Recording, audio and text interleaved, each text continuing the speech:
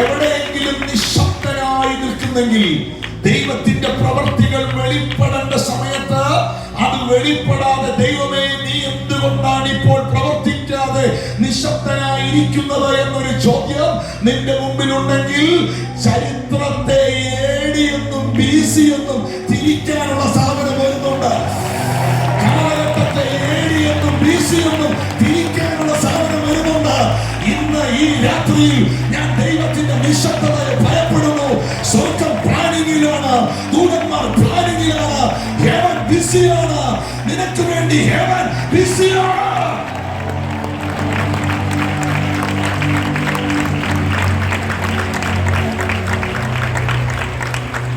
ഞാൻ പ്രാർത്ഥിക്കുകയാണ്, ഇന്നത്തെ മെസ്സേജ് എനിക്ക് കംപ്ലീറ്റ് ചെയ്യാൻ പറ്റണം.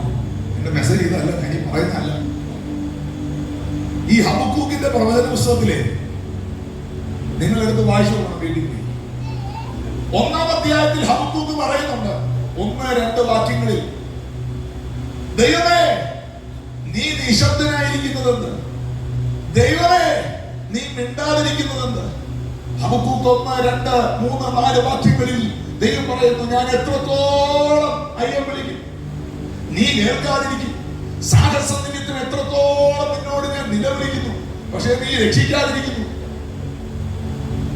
നീതികേട് കാണുമാറാകുകയും പീഡനത്തെ നോക്കി വെറുതെ നിൽക്കുകയും ചെയ്യുന്നത് എന്ത്? കവർച്ചയും സാഹസവും എന്റെ മുമ്പിലുണ്ട്. കലഹം നടക്കുന്നു, ശണ്ടയുളവാകുന്നു, എന്തെല്ലാം പ്രതിസന്ധികളിലൂടെ പോകുന്നു. പക്ഷെ നീ എന്നാ ദൈവമേ മിണ്ടാതിരിക്കുന്നേ, നീ എന്നെ അനങ്ങാതിരിക്കുന്നേ എന്ന് 1-ാം അധ്യായത്തിൽ ഹബക്കൂക്ക് ദൈവത്തോട് ചോദിച്ചു. 2-ാം അധ്യായം 1-ാം വാക്യം തുടങ്ങുന്നത് എങ്ങനെയാണെന്നറിയാമോ? ഞാൻ കൊത്തളങ്ങളിൽ കാവൽ കാത്തുകൊണ്ട് നിൽക്കുമ്പോൾ I will stand upon my watch. I watch and stand in my spirit.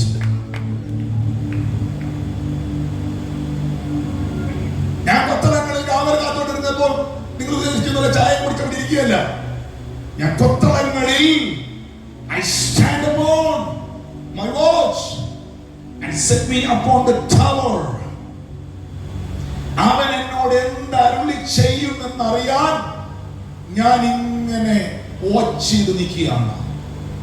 കാരണം മണിക്കൂറുകളുടെ ദിവസങ്ങളുടെ നിശബ്ദതകളിലൂടെ എന്റെ ജീവിതം കടന്നുപോയി. 2-ാം അധ്യായത്തിൽ വരുമ്പോൾ പ്രവാചകൻ പറയുന്നു, അവൻ എന്നോട് എന്താണ് അരുളി ചെയ്യാൻ പോകുന്നത്.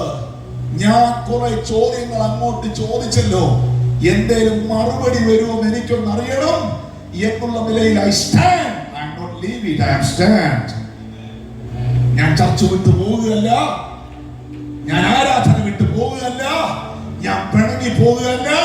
ദൈവത്തിന്റെ നിശബ്ദതയിലും അവന്റെ ശബ്ദത്തിനായി ഞാൻ സ്റ്റാൻഡ് ചെയ്തു. ദൈവത്തിന്റെ നിശബ്ദതയിലും അവൻ പ്രവർത്തിക്കാതെ ഇരിക്കുമ്പോഴും അവന്റെ പ്രവർത്തിക്കും അവന്റെ ശബ്ദം കേൾക്കുവാനും ഞാൻ കാതോർത്തു നിന്നു. എന്നാൽ 2-ാം വാക്യത്തിലേക്ക് വരുമ്പോൾ ബൈബിൾ പറയുന്നു, യഹോവ എന്നോട് ഉത്തരമരുളിയത്. 1-ാം അധ്യായത്തിൽ മിണ്ടാതിരുന്നൊരു ദൈവത്തെ നിങ്ങൾക്ക് കാണാം അല്ലേ? കണ്ടായിരുന്നോ?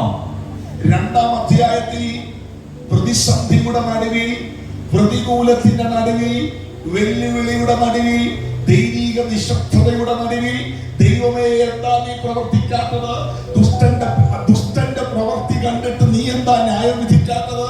പ്രാർത്ഥിച്ച ഞാൻ കീഴോട്ട് പോകുന്നു, ഒരു പ്രാർത്ഥനയില്ലാതെ നിന്നെ പരിഗണിച്ചുകൊണ്ട് നടക്കുന്നവൻ രക്ഷപ്പെടുന്നു, അവന്റെ ജീവിതത്തിൽ നന്മയുണ്ടാകുന്നു, എനിക്ക് പ്രതിസന്ധി ഉണ്ടാകുന്നു, നീ എവിടെ പോയിരിക്കുക ദൈവമേ എന്ന് ചോദിച്ച മനുഷ്യൻ ഈ പ്രതിസന്ധികളെല്ലാം ഉണ്ടെങ്കിലും ദൈവം നിശബ്ദനായിരിക്കുന്നെങ്കിലും അവന്റെ ജീവിതത്തിൽ ഒരു മറുപടിയും കാണുന്നില്ലെങ്കിലും എന്നെ ഏറ്റവും കൂടുതൽ ടച്ച് ചെയ്ത ഒരൊറ്റ വാക്ക് വിശ്വസിക്കുന്നവർക്ക് വേണ്ടി പറയാം, അവന്റെ പ്രവർത്തിക്ക് വേണ്ടി ഞാൻ വെയിറ്റ് ചെയ്തു, ഞാൻ സ്റ്റാൻഡ് ചെയ്തു, ഞാൻ കാത്തുനിന്നു.